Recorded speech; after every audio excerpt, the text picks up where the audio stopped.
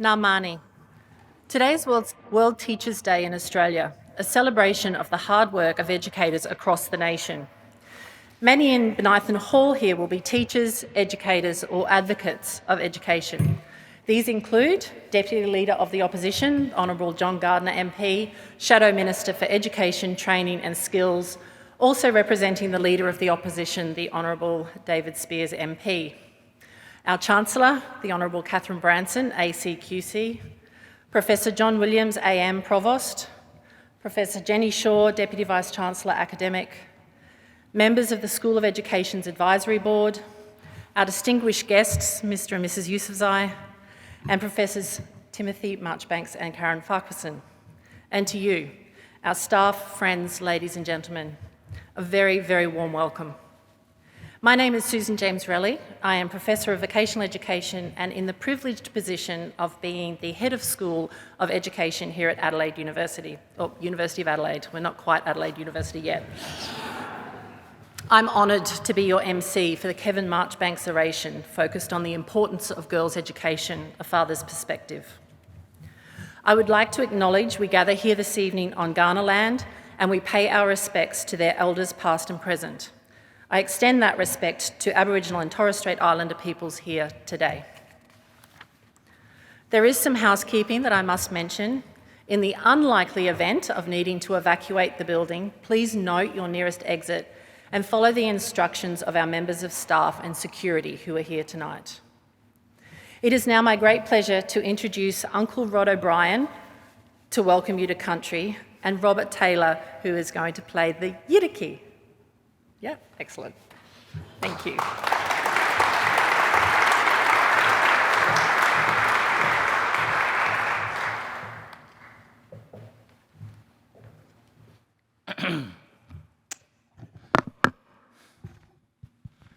My nephew's got to get ready here. So, good afternoon, everyone. It's my pleasure to give the welcome for our guests and look forward to hearing what they've got to say.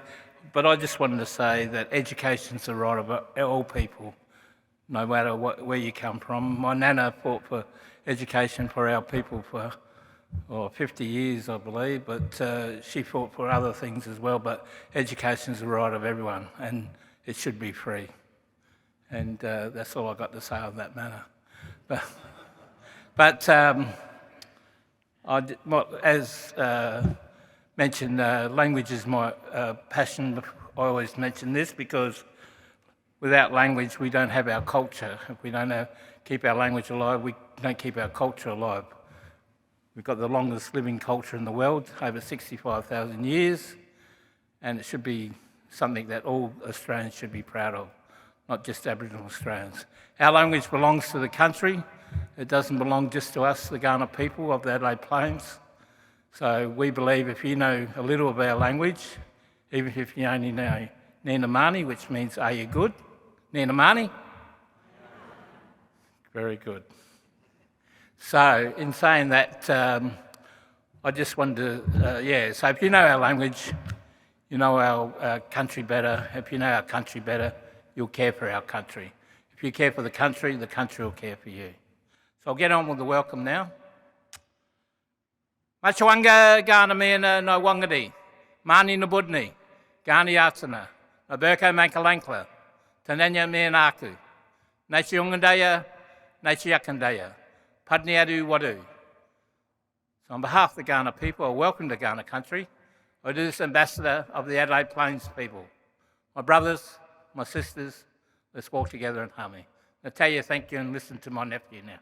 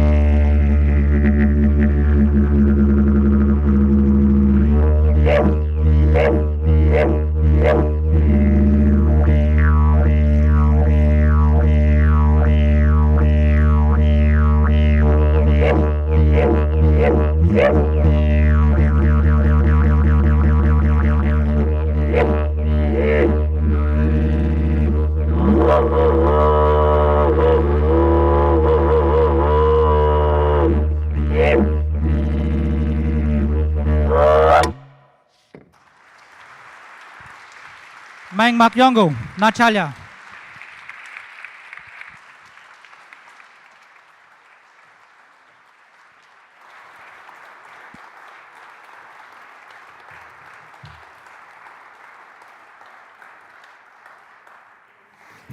Thank you so much, Uncle Rod and Robert.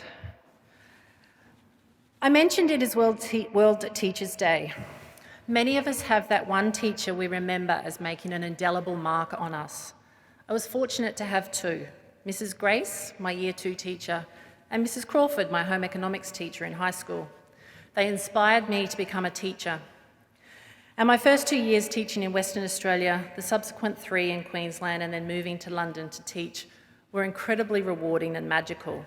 That light bulb moment when you see students learn still gives me goose pimples. And I saw it at the schools that we visited this week with Mr Yousafzai when he was encouraging them to use their voice. They asked brilliant questions. Because that's the thing, the corollary of teaching is learning. Yet worldwide, approximately 125 million girls are not learning in school. That's nearly 5 times the population of Australia. There are still 31 million girls of primary school age out of school. 17 million of these girls are expected never to enter school in their lifetime. In Australia, patriarchy is more nuanced, as we have participation rates for non-Indigenous girls that are currently marginally higher, about 3 to 4%, than boys' participation to Year 12 and beyond. Females are more likely to experience gender disparity in the workplace through earnings and promotion opportunities. But Australia is not immune to the kind of statistics that I've mentioned. Only 34% of Aboriginal and Torres Strait Islander women aged 15 years and over have completed Year 12 or its equivalent. In an abundant country like Australia, we need to ensure educational opportunities are available for all young people, and that needs parental support, especially that of fathers. My dad was determined that his daughters would be educated. My sisters and I found his report card when we were cleaning out some cupboards with our mum at home when we were in our early 20s. And in those days when my dad went to school, your exams were ranked as a position in the state.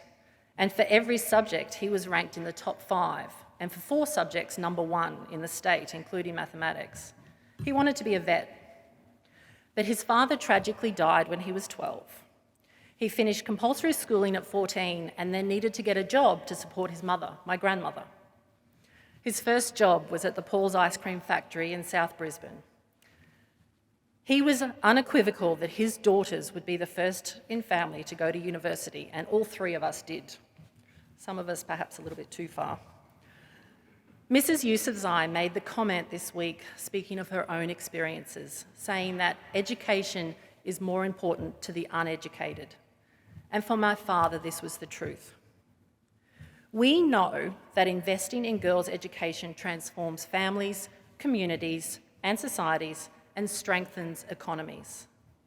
Limited educational opportunities for girls and barriers to completing 12 years of education costs countries between $15 trillion and $30 trillion in lost lifetime productivity and earnings. But far more important than money, investment in girls' education results in less children dying, less maternal mortality, and child marriage rates decline. Given what is going on in the world currently, it's extremely pertinent that work by the Malala Fund shows that when a country gives all its children a secondary education, they cut their risk of war in half. And if that isn't an incentive for education, then I don't know what is. Education of every kind is a key lever for equality. Professor Kevin Marjoribanks' lifelong research focused on the analysis of inequalities of education. He was appointed a Professor of Education at this institution in 1974. He served as Vice-Chancellor of the University of Adelaide from 1987 to 1993. And he retired as the Dean of the School of Education in 2006. In organising tonight's oration, I was speaking with his wife, Jan, and I learnt of a wonderful synergy. One of the things that Professor Marjoribanks did was spend some time at the University of Oxford, and he started the journal, the Oxford Review of Education, which is one of the best journals in our field. And when I was at the University of Oxford, I sat on the board, and I hadn't realised, and so it was just such a nice conversation to make that connection with her. It is through a generous donation from his family that every 2 years we are able to acknowledge his legacy and continue to take the debate on educational quality forward. I would like to now welcome to the stage Professor Timothy Marjoribanks to say a few words about his father.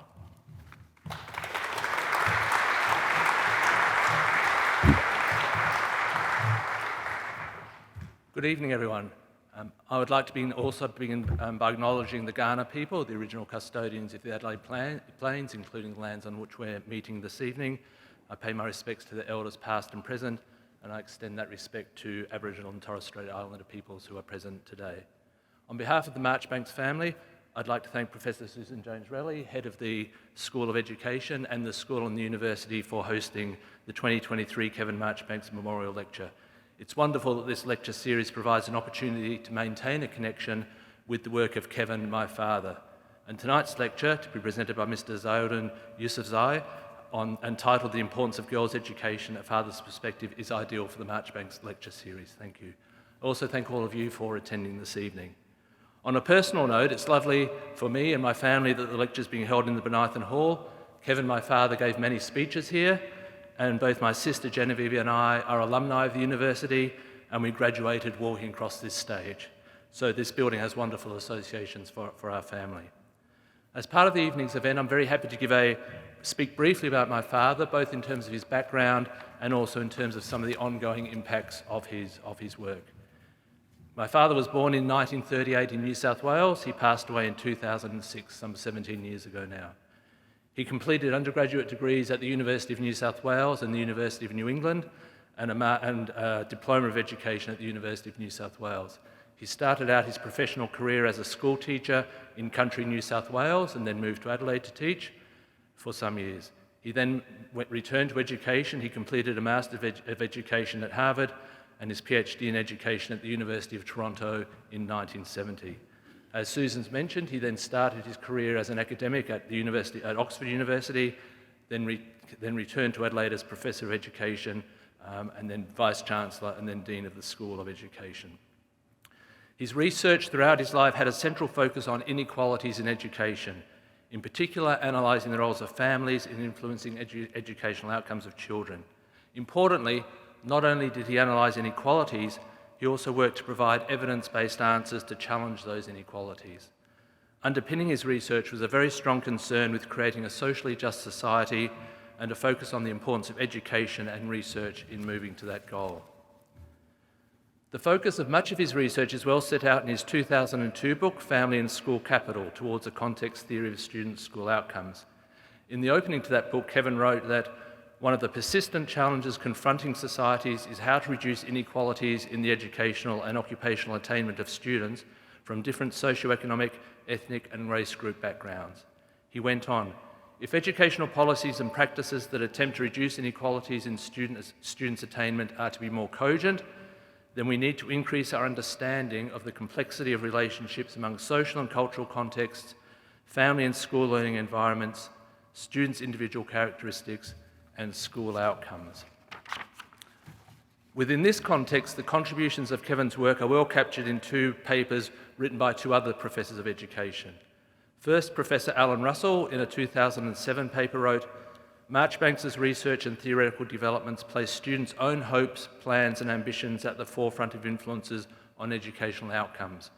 In turn, he saw these hopes, plans and ambitions as arising substantially from the environmental processes and influences of families and schools. That is, to understand and to influence students' educational outcomes and their life chances, we need to understand the interactions between students, families, schools and the broader societal context.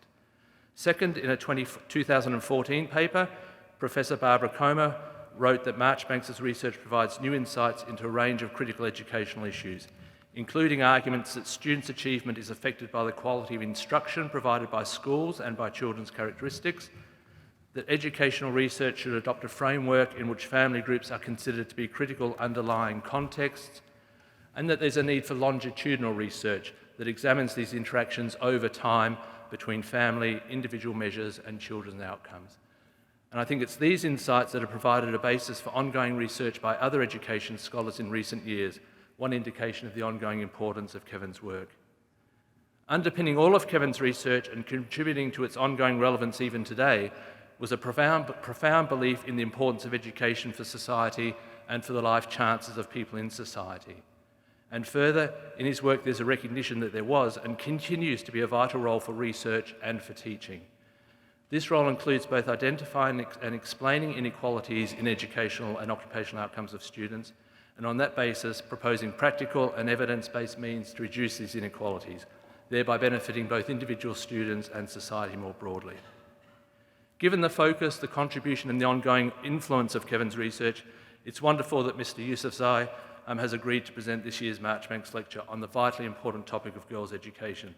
Our family is honoured that you have agreed to share your insights with us today. Thank you. And again, I thank Susan and the School of Education for hosting this event. Thank you very much.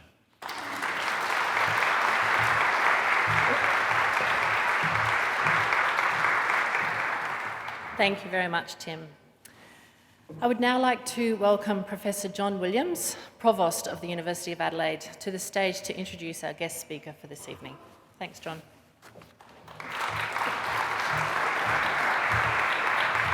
Thank you, Susan. Chancellor, the Honorary Catherine Benson, ACKC, the Honourable John Gardner, the Deputy Leader of the Opposition, Shadow Minister for Education, Training and Skills, Professor Marjoribanks' family, distinguished guests, colleagues, friends, and on this particular day, teachers.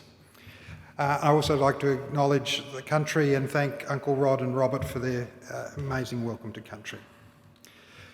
Today we gather to celebrate the power of education, to hear from an individual whose name is synonymous with an unwavering commitment to learning and the boundless potential of the human spirit. Mr Yousafzai is a true beacon of hope and an embodiment of the transformative power of knowledge. Education, as we know, is the cornerstone of progress.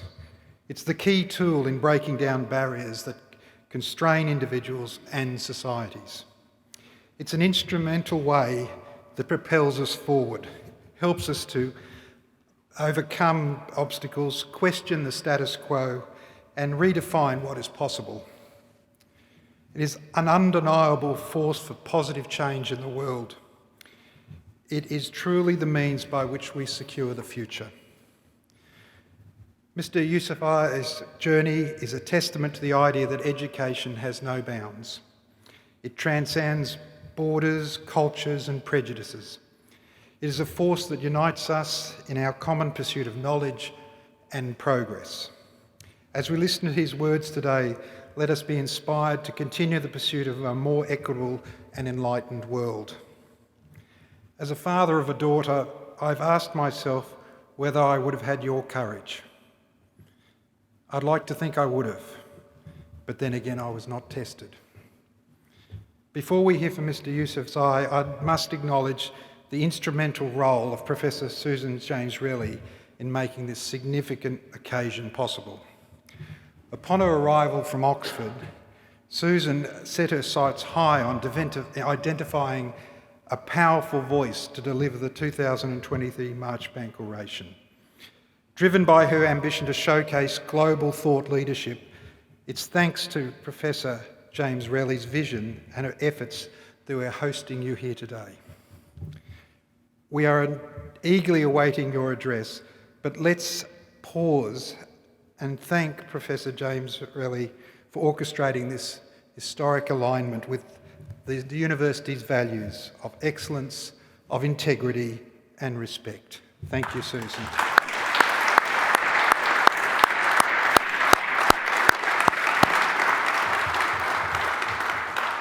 It gives me enormous pleasure to introduce the 2023 Marchbanks orator, Mr Yousafzai. Thank you.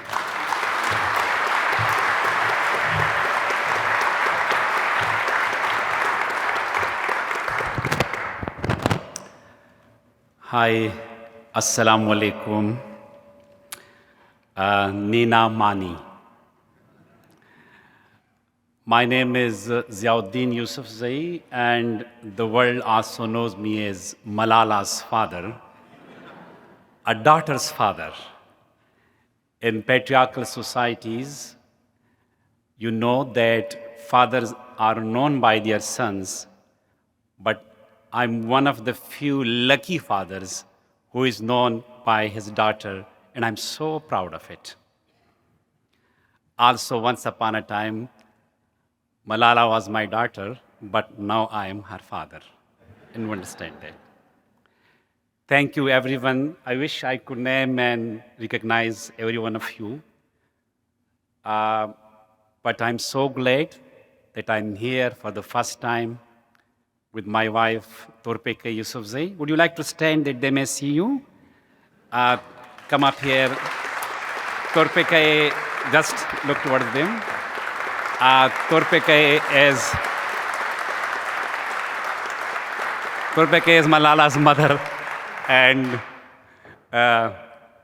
anyway, so we were told, and we know that this is a faraway country. We had to travel 7 plus 12 hours plus to reach here. And it was tiring and exhausting, but honestly, right from the immigration officer, nice behavior, then on the road, these lush green fields, and the warmth that we felt here, like the warmth of Islamabad or Swat in Pakistan, all our tiredness was gone. So thank you, it was worth it. Thank you so much. Also, today is our 6th day in this beautiful town of Adelaide. And Mr. Jeremy Kwan gave us a nice tour of the university. Then I have been told that there are some 8,000 Pakistanis.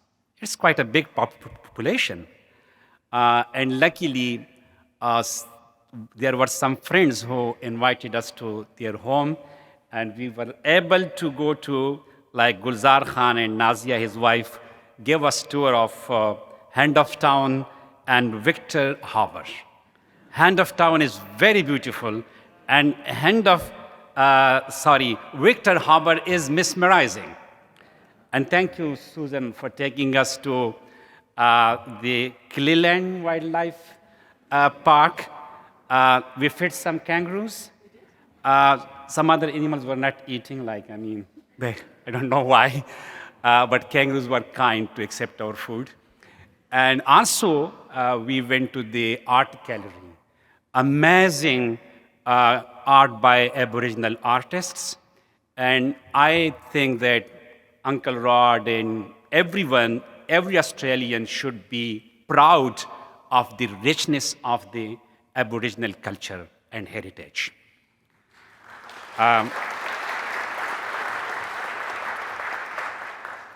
I am a teacher. For 18 years, I remained teacher in a school, and I'm a father of 3 children. One you know very well, Malala, and I am also the father of 2 sons.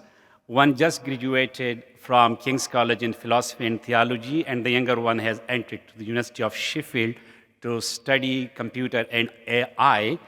But more importantly, both of my sons are feminist sons, and I'm so proud of them. I myself grew up in a small village in the northwest of Pakistan, Khyber Pakhtunkhwa, and the Pakistanis who are here, like Sadia and many others, they know Zoha, that where Swat is, Shangla is.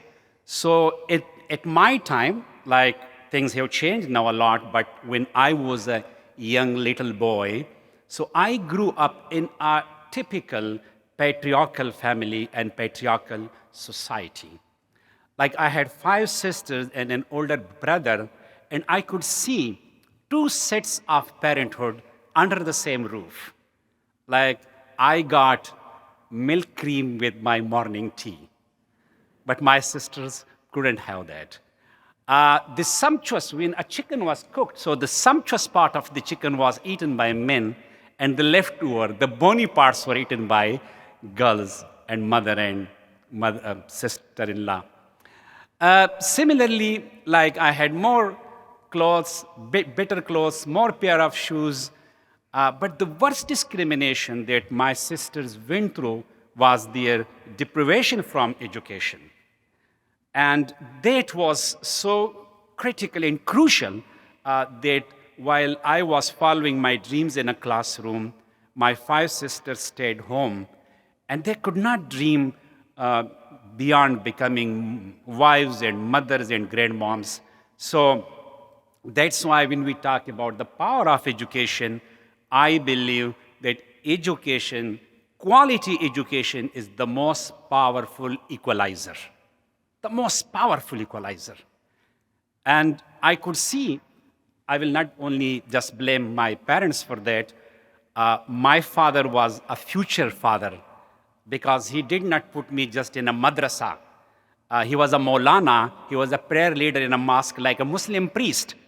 But he knew that the future belongs to the modern education. So he gave me Islamic education as well, but he put me in a school and he inculcated me the love of knowledge. So my parents both had great big dreams for this one boy. They wanted to make everything from me. But for 5 sisters, their only dream was to get them married as early as possible. So growing up in that environment, at that time, when you are privileged and you are favored because of your color or because of your gender, most of us enjoy it, honestly. We don't mind, it's okay. If somebody else is discriminated or hated, it's fine. I'm special. So being special for my gender, I was not much mindful of it, that, why this is happening to my sisters. But later on, you will be thinking that what changed me into the kind of person that I became. And again, I'll say that this was the power of education. Education changed me into the kind of person that I became. It transformed me. It changed my inner being. It made my inner being beautiful, fair, and just. So thank you to education. And that was the reason that long before meeting Torpekai, like marrying Torpekai, we met quite early. She was very beautiful, that's why I married her. And this is also an interesting story, like I was very much an inferiority complex about my color, that I'm dark. I also stutter when I talk. I was bullied by my class fellows. And when I was in grade 8 or 9, so Torpekai, like we came across somehow from a distance. And she was the first person who took interest in me. Otherwise, I was in very bad complex that I'm not a handsome boy. I used to measure my nose. It was very big, like kind of a thinking. Also, even I took, for some days, I used the fresh milk of buffaloes to wash my face to have a fair skin. So once she like just gave me some lift that, oh, said, I'm not that bad. Anyway, but once I start living with Torpekai, I realized that she is not beautiful only, but she's also intelligent, smarter, resilient, and one of the bravest person I have ever met in my life. So this is how that education changed me. And in the first person really, I started this journey from my own self, from my own family.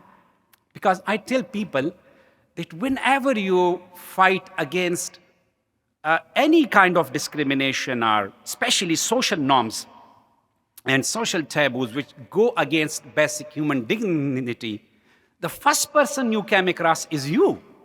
Because I was born in that community, I grew up there, and I was like, should have been happy in my comfort zone. But once you defeat that old self, then there your journey starts. So Torpekai and I, like she also sold her books at very early age. She went to school for a few days, and then she tells that there was no girl in the classroom, it was boys' school. She sold her books for candies, and she started playing with her other sisters and girls. So that was the end of her education. Nobody asked her why was she not going to school. So together we were able, like we both grew up in a patriarchal family, patriarchal society, but together we were able to create an egalitarian family. And I think this is the biggest success of our family story. And that's why that before becoming father, I was very determined that once I become a father, I will be a different father. I will educate my daughter. My daughter will have her own name, like she will have her own identity. She will not be known by her father or brother or husband, because I could see the invisibility and the absence of identity for women and girls. I remember when I took my mother to the doctor, to the hospital, the doctor wrote on prescription, Mother of Ziauddin, not her name. And if my father took her, she became wife of Ruhul Amin. This is my father's name. So it was not acceptable for me. And I thought that my daughter will be known by her own name. I didn't know at that time that I will be just like become part of her name, like Malala's father. But that is fine. That is beautiful. But honestly, even on the grave, like on the graves, on the gravestone of the female, you see like not the name of the lady, Mr. So-and-so's daughter and Mr. So-and-so's wife. This is unacceptable. So anyway, I named Malala after the Malala of Maiwand. Malala of Maiwand was the legendary Afghan heroine who raised her voice against the British army in Afghanistan and rallied the army, and she encouraged the fighters for their freedom. So her voice and her name, her identity was very inspiring for me. You can Google her name, not right now, but later. So she is very, very famous. Anyway, few days after when Malala was born, My cousin brought me the family tree. And at that time, Malala was my first girl, first child. And when my cousin gifted me the family tree, I looked at it, and they were all men. Like father, grandfather, great-grandfather, and then go back up to 300 to 400 years. And when saw that long list of men, I took my pen in front of him, drew a line from my name, and wrote Malala. And my cousin had this grimace on his face that what this man, crazy man, is doing, entering a girl name to a family tree. But I just reciprocated with a smile. And the same guy, he was a big fan when Malala grew up and he became that big name. So things changed. So I was very determined that Malala will be getting quality education. And you know that everything changed for us when Taliban, they came to Swat, they started Talibanisation in 2007. They said, like, just think of a father who see his daughter's future only in education. Like there is nothing else. That is the only key that unlocks every door for girls. Education and patriarchy, I mean, it's everything for girls because it unlocks every door then. So that was the reason that I was very determined. And when Malala was in grade 4, Talibanization started. So I spoke, and in our home, like father, like daughter, not like father, like son. Malala was also speaking, and she wrote the BBC blog. She went to every platform. She wrote in newspapers as well to tell the story of Swat. Stories are so important. And she told the story in her own words that what was happening to Swat during Taliban's de facto ruling or de facto occupation. Like they burnt more than 400 schools. Most of them were girls' schools. And literally they banned girls' education in 2009. And they, on their FM radio, said to everyone that if a girl goes to school after January 14, then the parents or the manager of the school will be responsible. So it was a very difficult time, extremely difficult time. And we sometimes, I mean, it's natural that we have questions. I was asked by a student in the school, in Nodo school. Its spelling is different, but I was told it's Ghana language. Nodo means knowledge. And a smart girl, very smart, I mean, very young, she asked me, were you scary when you were speaking against Taliban and Malala was speaking? And I told her, yes, we were absolutely, it was absolutely scary to stand up against Taliban, to stand up against militant gunmen who are terrorists. But it was scarier not to speak against Taliban. Because I could not imagine that I will be living in a society, in a situation where my daughter won't be able to go to school, my wife won't be able to go to marketplace, and I won't have all those human liberties and freedom which I deserve as a human being. Why a militant group, few men should take control of my life? It's unacceptable for me. So that was the reason that Malala spoke, I spoke, and then you know what happened to the Taliban. They attacked Malala on 9 October 2012. And the attack was so grave that they shot her on the left side of her head, above her eye, and the bullet went very close to the brain. Miraculously, she survived, but the bullet did a great damage because her eardrum broke and her facial nerve was cut down. And then because of the treatment, we had to, also safety plus treatment, we had to move to the UK, and she got many surgeries to reconnect her facial nerve and to put a cochlear implant in the left eye for hearing. They removed part of her skull in Pakistan, like her life-saving surgery was done in Pakistan. Honestly, doctors in Pakistan saved her life by the grace of God. So they removed part of the skull that the brain can swell, and that saved her life. So then further surgeries were done in Kiwi Hospital in the UK. But you know, like that girl who was speaking for 50,000 girls when girls' education was banned in the Swat Valley.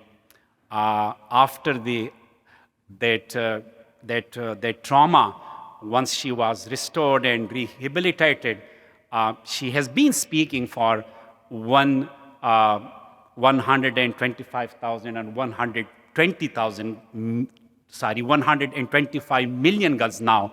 And we are working all around the world. We are working in all those countries where the number of out-of-school girls is the highest. Or Malala Fund, we work in Nigeria, Afghanistan. Now it's difficult, you know. We work in Pakistan. For Syrian refugees, we work in Turkey and Lebanon. We work in Tanzania, Bangladesh, and Brazil. So in these countries we work, and we work through local educational organizations for secondary education, because it is Malala Fund's dream and its goal that we want every girl in this world should have an access to free, safe, and quality education. Every girl should have a right to learn and lead. And we have some great success stories, like in the north of Nigeria, in Kaduna State, the champions of that country, who the Malala Fund supported, they worked with the government there, and they passed Child Rights Act. And because of the passage of the Child Rights Act, it ensured free education for 100,000 girls and boys, secondary education. And similarly, we have great projects. We had great projects in Afghanistan for teacher training. And in Pakistan, right now we are working on a great project. We want to enhance the quality of STEAM education, like science, technology, engineering, arts, and maths, like STEAM education. And we will be working and reaching to 13,000 schools to enhance the quality of all these subjects, education of all these subjects. So that is what we do. Right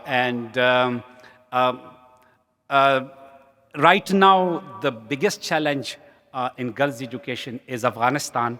And you may know, do you know about Afghanistan? Do you know girls can go to school or not? The people who know, they should raise your hands. I just want to know. Okay. So like more than half don't know that what is happening to Afghanistan. For the last 2 years, since Taliban's illegal occupation of the Kabul of Afghanistan on 15 August 2021, since then, Taliban have banned girls' education, secondary and university education completely. So almost near 5 million girls have been stopped from getting secondary education and tertiary education, which is unacceptable, honestly. They say that it is to Islamic Sharia, Islamic law, blah, blah, blah. I'm a Muslim. Torpeka is a Muslim. Here, Sadia is Muslim. Zoha is Muslim. There may be other Muslims as well. We know our Islam. The very first word of the holy book, our holy book, is Iqra. And Iqra means read. Read. And then it says in the same surah that read and know with pen. God taught by pen. So there are many, many verses that urges us that we should learn. But it's Taliban's Islam. It's patriarchy which has been camouflaged as Islam. That is unacceptable. So this big number of girls out of school, honestly, as a father of a daughter, it's so painful for me to see a girl out of school. And then in this way, that Afghanistan is the only regime in the world where they have officially banned girls' education. There are 1.8 billion Muslims. There are almost 56, 57 Islamic or Muslim majority countries. And there is no ban on girls' education except Afghanistan. So we all must raise our voice. At least we have a voice. I don't tell you that you send money there if you don't have. Everyone has a voice, and every voice matters. I remember that in Swat when so many people were thinking that, oh, it's very dangerous. Why do you speak against Taliban? But we believed in peaceful struggle, and the most powerful weapon is your voice. And when someone's rights, if X, Y, Z, you, he, me, anyone, when our rights are violated, I used to tell girls that when your rights are violated, you should be the first person to speak up. Because your voice is the most powerful voice. That is so important. Anyway, I think I need to wind up. Is okay? Okay. So that is so important. And we were told that, like Turpeke was told, she received phone calls that, oh, what is being done by your husband and your daughter, it's very dangerous. And you see, as Susan mentioned, that an uneducated person is more aware and more mindful of the importance of education than an educated person. Because they know that what kind of difficulties they face when they don't have proper education.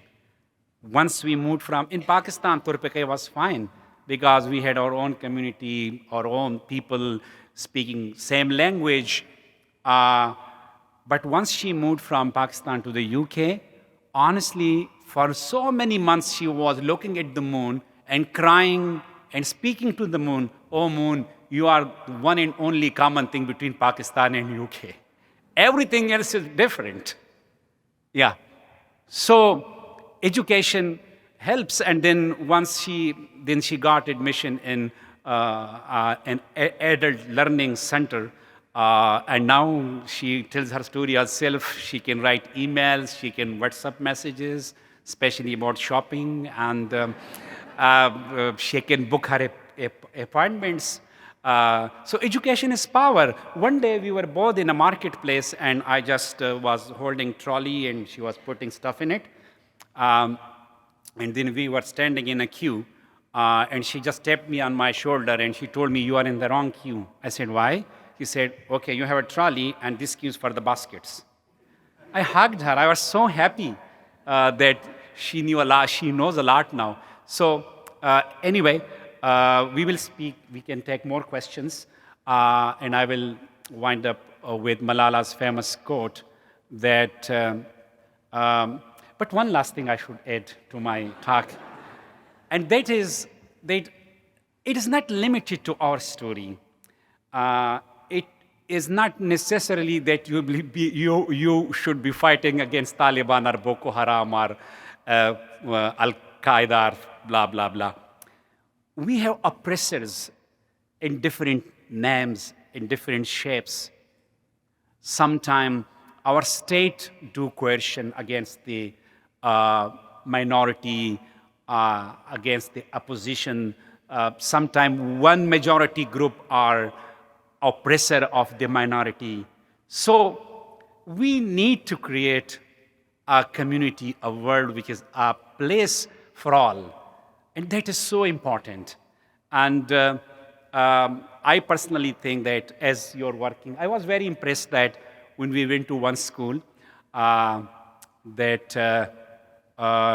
school. And in that school, like, we met the indigenous children, and we just, I was told, like, I mean, you told me, and the principal also told us that there was only one teacher from the Aboriginal community, like from the Ghana community. So that is unacceptable. I'm so glad that Susan is working through her platform, through School of Education, to reach to the most marginalized communities, including indigenous people.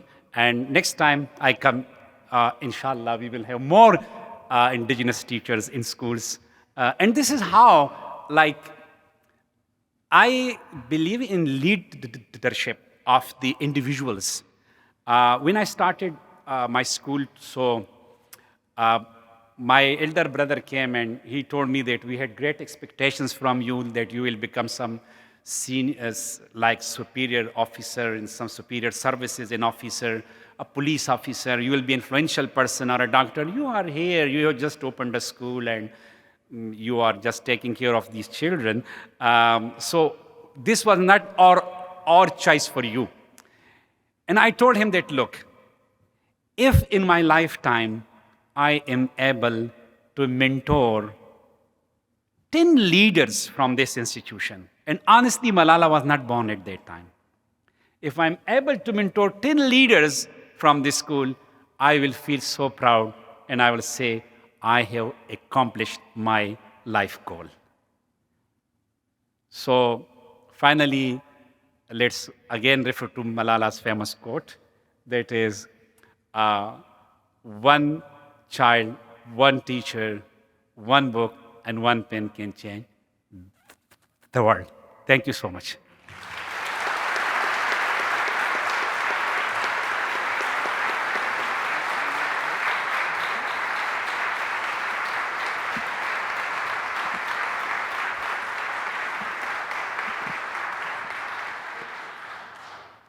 So, can you hear me? Oh yeah.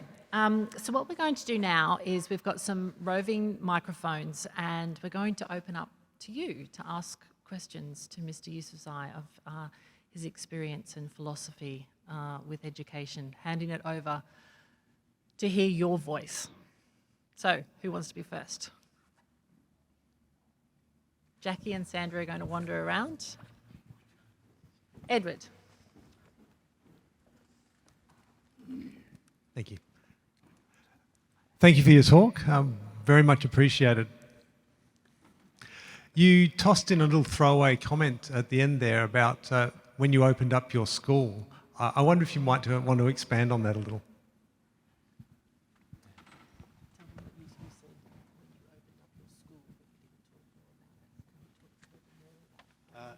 Yeah, should I?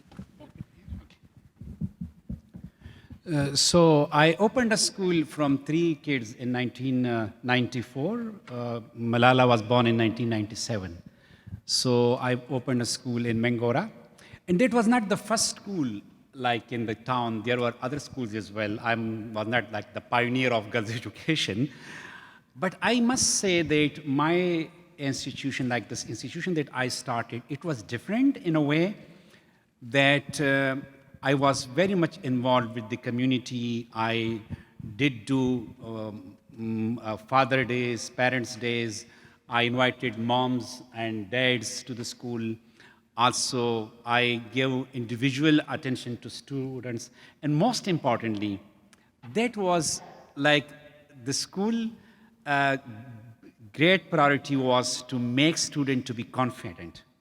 I mean, day before yesterday, when we went to the Nodu school, like, when I saw the kids, I thought of Khushal school, the school I ran.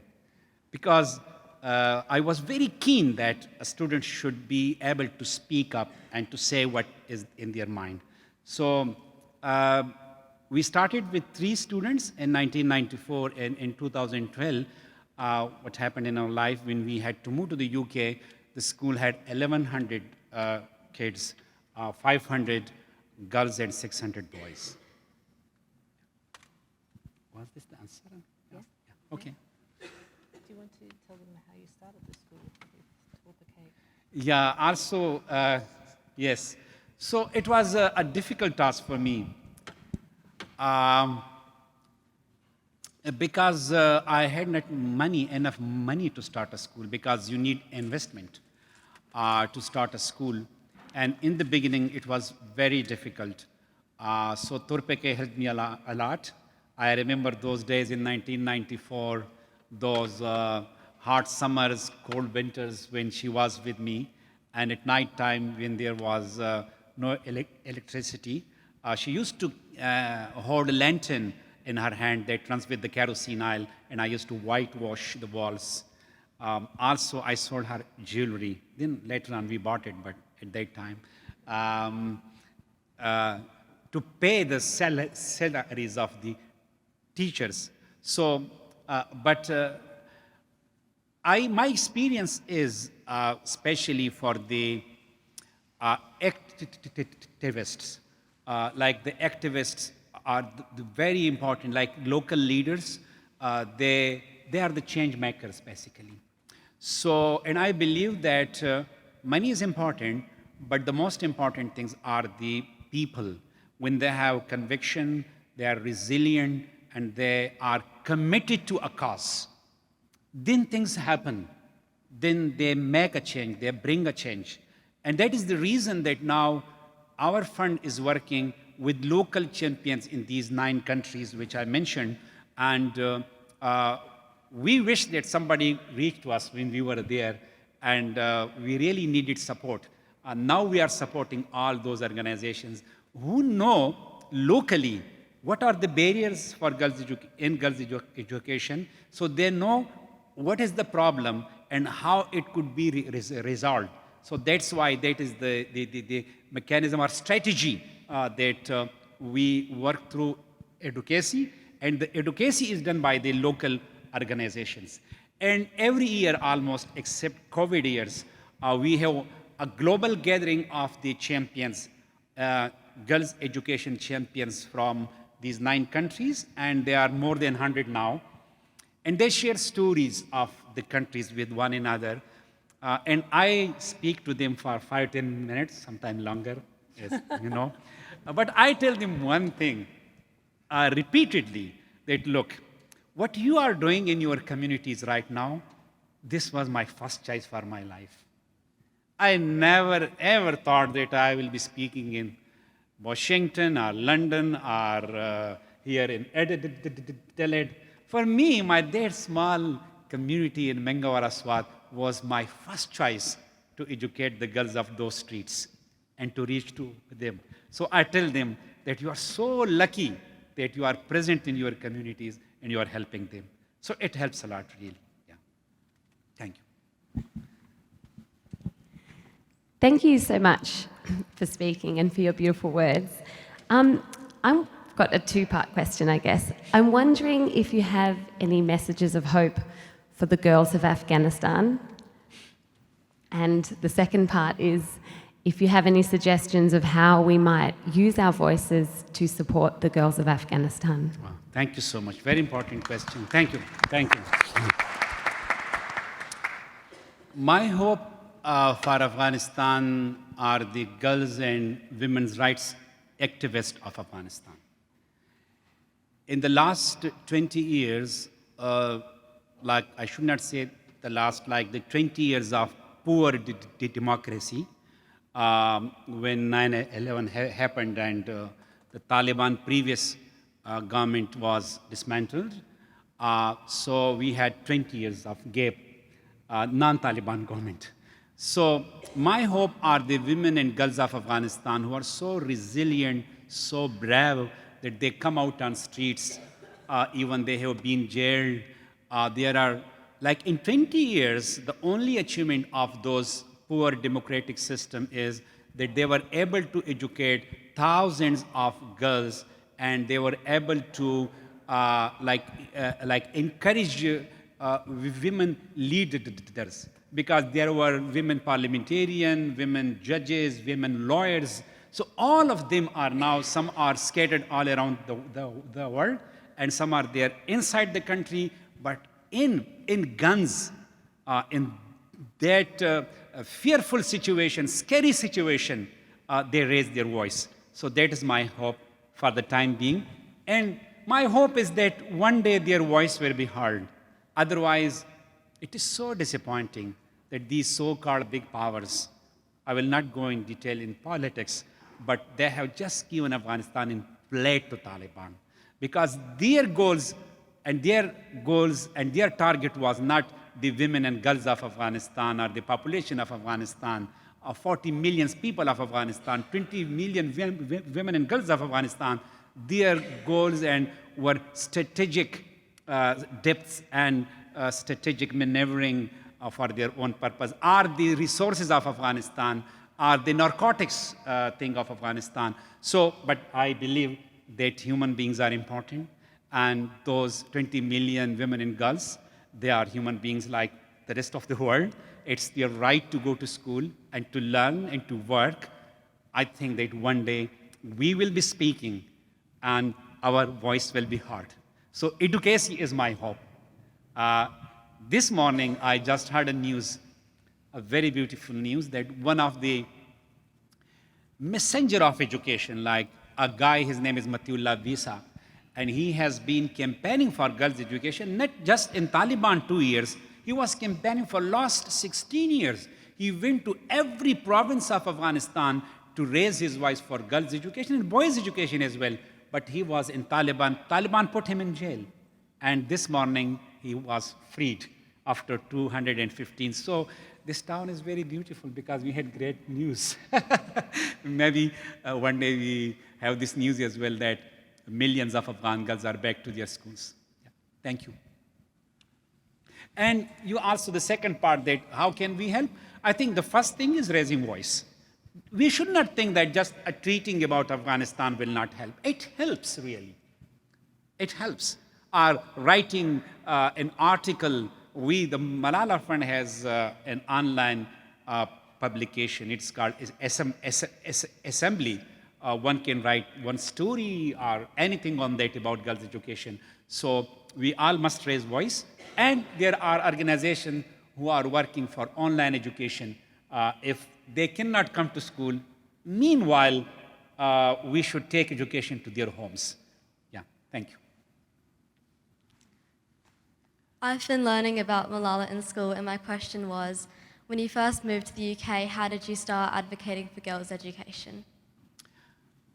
When we moved to the UK, we started, So basically, this is very interesting that Malala had 5 years of activism in Pakistan from 2007 to 2012. And even in 2011 and 12, she was thinking of creating an organization at that young age.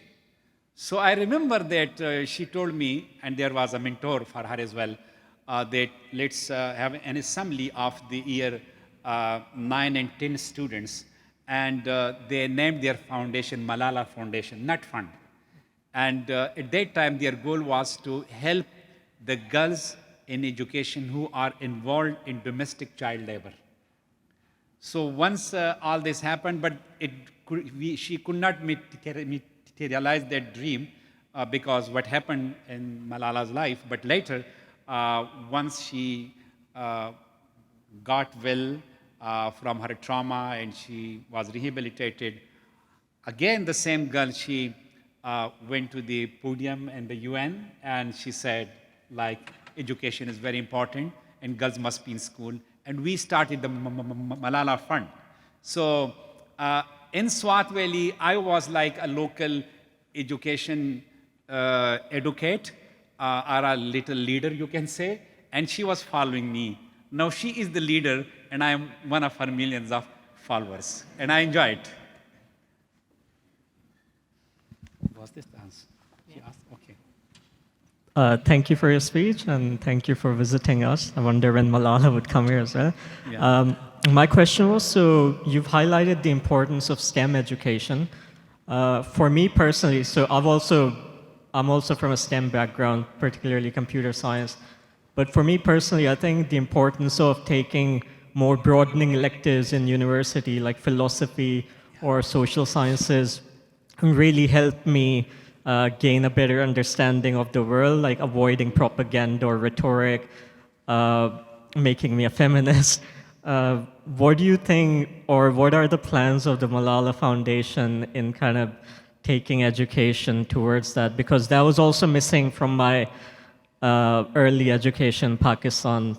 So yeah. Yeah, this is very important because when we talk of education, so we must not forget about the quality of education. Because in many places, education has become indoctrination. And really, the people who are indoctrinated in a particular way like to narrow down their mind about something that, oh, you are the superior person in terms of faith, or you are the superior in terms of your gender, or you are superior in many other ways.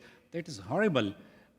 People with indoctrination are more harmful for humanity than illiterate people, than uneducated people. This is my experience, to be honest. So I do agree with you that we must focus on philosophy, on social sciences, and on history as well.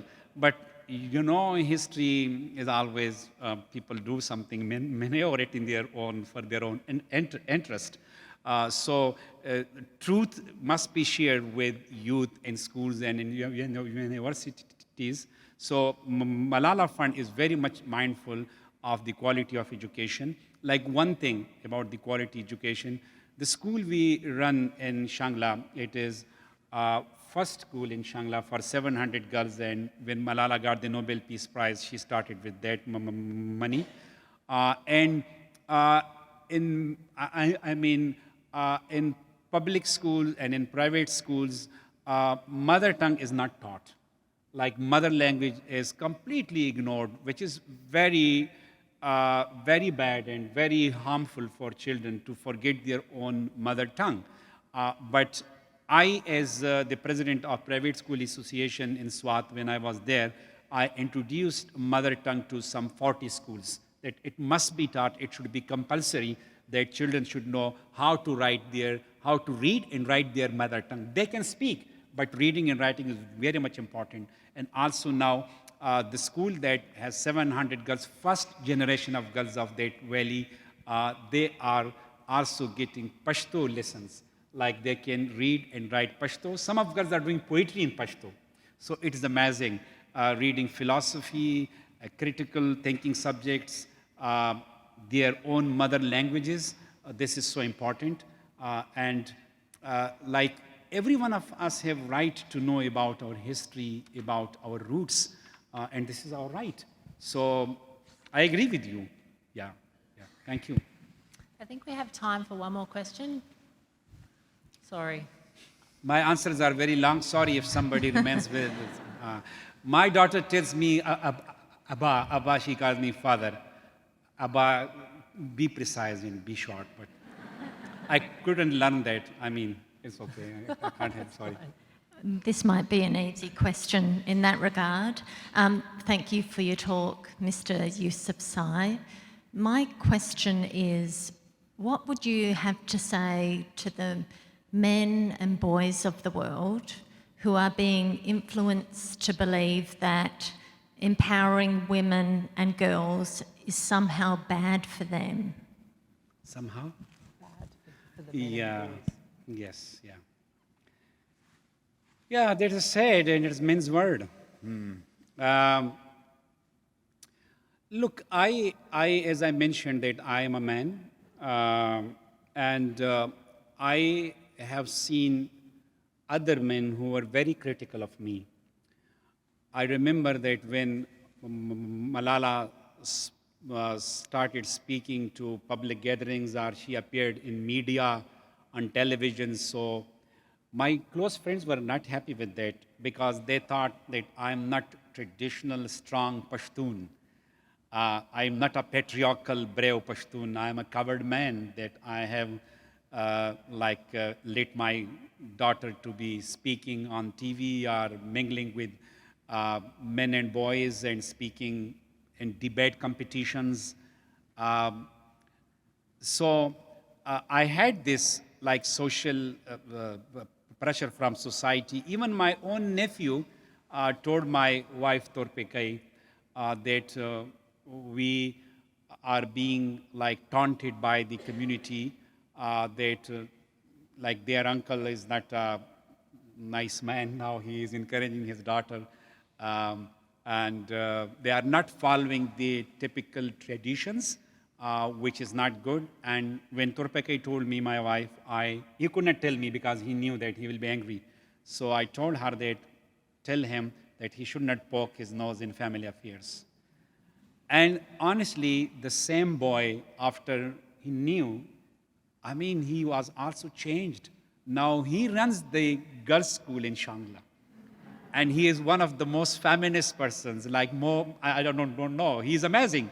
So change do come. And I think men, I think men should think, in the first place, it is sickness. It is sickness that one should be so, this behavior of patriarchy. If education is emancipation for women and girls, it is liberation for men, like quality education. Education liberated me from my patriarchy. It made my life easy. So I will tell all those fathers and brothers that why are you like go after this narrowness and sickness and after this in like kind of taking heavy burden, because patriarchy is a very heavy burden. And you will say, how? I'll give you an example. Like because of patriarchy, there will be 5 sisters, like 5 sisters in a family, 1 brother. And I have seen it a lot. It's changing now, but in the past especially. And these 5 sisters will not be going to school. They will not be allowed to work. And this one boy will be going to Gulf countries, or coming to Australia, or to Canada, or to UK, or to Saudi Arabia for earning, just to take care of his patriarchy. Why not let 5 girls to earn for themselves, educate, to be educated, and to be, and to do something in life like Sadia here? Why not? So honestly, if I had been a patriarchal man, I won't have been never able to start a school or to do what I did in my life. Torpekai, my wife, she is here. And she like went to doctor. She took children to the doctor. She was always in the market to like buy things. If I had this narrow, protective, stupid husband, I would have been rubbish. No, really, really. So why? It makes our life easy. It makes our life easy. So maybe they understand one day and they change themselves, I hope. But it is really sickening, and it's harmful for men as well. It's harmful, very harmful. We have to... Sadia wants, anyway. Oh, okay, it's your responsibility, not mine. I'm sorry. Again, I am taking charge unnecessarily. Sorry. No, I'm going to be the teacher and I'm going to close the classroom down. Okay. Sorry, Sadia. We have final comments from Jacqueline Stefan, who is one of our students who graduated from our MTeach program last year. She teaches at Adelaide High and she has just started a part-time PhD in our, full-time now, oh yay, in our School of Education. Jacqueline, please.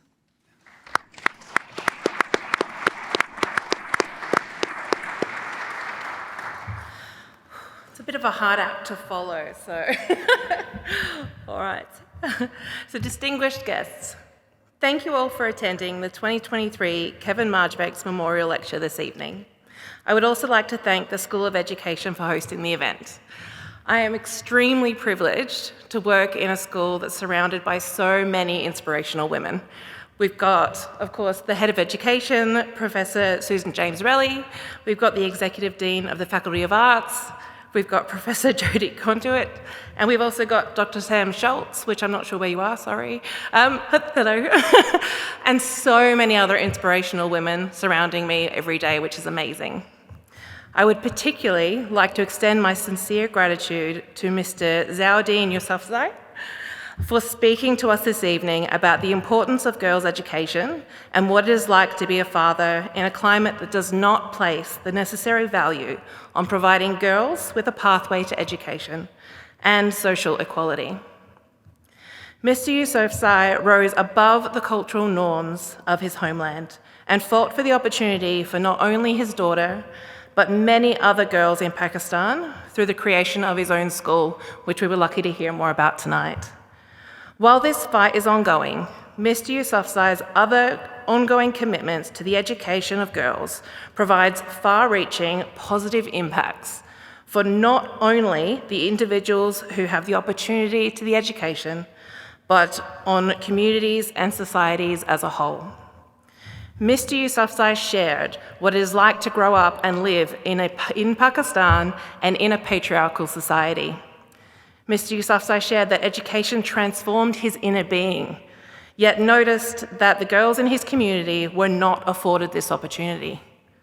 He stood up against the Taliban with Malala, despite their guns and soldiers, because he did not believe in a society where his daughter and his wife could not gain an education. He believes that every girl in every part of the world deserves an education, and he highlighted in this room tonight just how much the lack of awareness that in Pakistan, secondary and university education is banned for girls, which is just something that I'm sure that many of us can't even fathom. Thank you for being a different father, for giving the women in your family their own identity, and maybe taking yours as well. Sorry. As a mother, educator, and student myself, I would personally like to thank Mr Yousafzai for his ongoing dedication to a cause that is very close to my heart. We are blessed to live in a country that has progressed significantly in relation to equality, and sometimes we are blind to the fact that worldwide 129 million girls are still denied the chance of an education. Currently, only 49% of countries around the world are believed to have achieved gender parity in the provision of education. We are lucky that in Australia, girls have an equal right to education. However, there are still challenges faced by girls that hinder their ability to fully participate in education systems and achieve equitable outcomes. When I was 15 years old and discussing my future goals and ambitions with my family, I recall my grandfather announcing to the room that he would never hire a female because she would just get pregnant. He continued by questioning why he should take that risk and bear the expense of retraining and rehiring when he could just as easily hire a male to do the job. As a 15-year-old girl who looked up to her grandfather as a role model, this statement had a profound effect on me. In the next 2 years, I chose to gain employment early in life rather than continuing my intended ambitions of academic achievement and success. This choice stemmed from the concern that I may not be successful in gaining a job, particularly if I had children. Later in life, I did become a mature-age student and mother of 2, so I did get pregnant. I chose to attend university for the first time and start my academic career. During this time, I was often referred to as selfish from those around me for choosing to study part-time rather than remaining home with my children full-time. When seeking advice from a professional counsellor, who was a woman, I was advised it's a man's world and I should withdraw from my studies for the sake of my family. Despite these challenges, I chose to ignore these comments and instead continued to finish my undergraduate degree, master's degree, and now continuing to work towards my doctorate. My studies have in no way negatively impacted my relationship with my children. Instead, I believe that my academic achievements are our achievements as a family. I am the first in my family to attend university. My daughter knows that she can achieve anything that she puts her mind to, and now aspires to gain a higher education degree also. The two challenges from my life that I have shared are not isolated occurrences. They're examples that highlight the challenges that girls still face in Australia despite this educational equity. In my classroom, I hear daily comments from my students, my female students, of the challenges they face. They share comments they believe they must put up with from society, including those sometimes from their teachers, because they are accepted as the norm. My female students have shared with me the limits and barriers they have faced when attempting to gain access to specialised programs, particularly in sport. As an educator, I strive to create a culture and environment that values and promotes gender equality and opportunity. I have spoken with leaders and challenged the inequitable special entry sporting programs to fight to destroy the barrier that limits girls' entry into our educational institution through those means.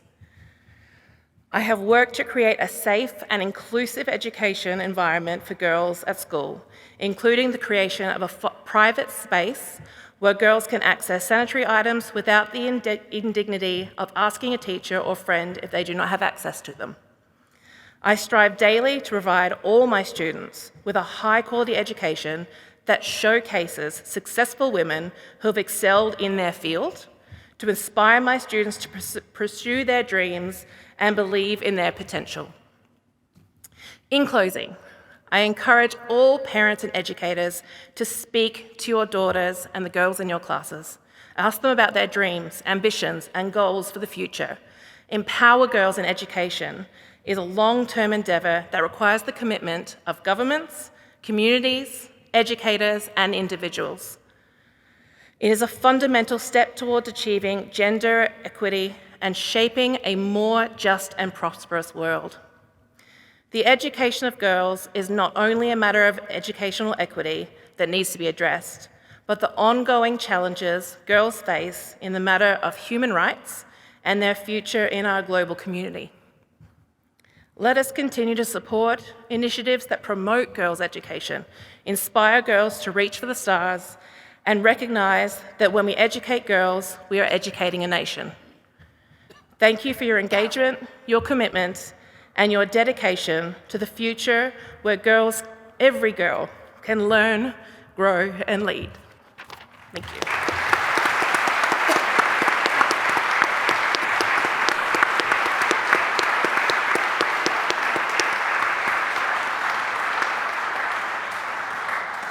Jacqueline, that was amazing. Thank you so much. In closing comments, I would like to thank Mr Yousafzai. You inspire us through your commitment to creating a more just, help if I put these on, equitable world, that's better, where every child has the opportunity to learn and thrive. Thank you for being here this evening, and to Tupake for coming for the whole week listening to the... Tupake said, you know what they say, teacher? Cha-cha-cha. Because all they do is drink tea and talk. I think Jacqueline's words sum up this evening. To learn, students need teachers in the classroom. Quality education. We are all well aware of the media reports on the teacher shortage. The Australian Education Union has predicted a shortfall of 4,000 secondary school teachers across Australia for the beginning of 2025. It's just over a year away. 4,000 classrooms without a teacher. Initial teacher education is the School of Education's bread and butter, but it alone cannot solve the teacher crisis we face in Australia. They say it takes a village to raise a child. It also takes a village to educate and train a teacher. And in the School of Education, we are fortunate to have developed fabulous relationships with many of our stakeholders, of whom are here tonight. It is these relationships that we will continue to nurture as we build the new Adelaide University. I was at a town hall yesterday and our Vice-Chancellor Peter Hoy was saying how access and excellence go together. They underpin each other. From January 2026, the School of Education will become the 4th largest education school in this country. My vision, as we move forward with colleagues from UniSA, is that the School of Education become the leaders for initial teacher education nationally, and that we are looked to globally and we engage internationally with teachers and their education. It will need that village. It will need you.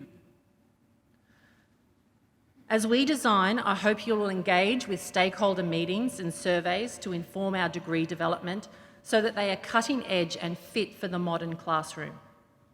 That you may be able to give your experience and knowledge so that our teachers walk into their schools empowered to work with the diversity presented and give the kids of South Australia the quality education they need and deserve.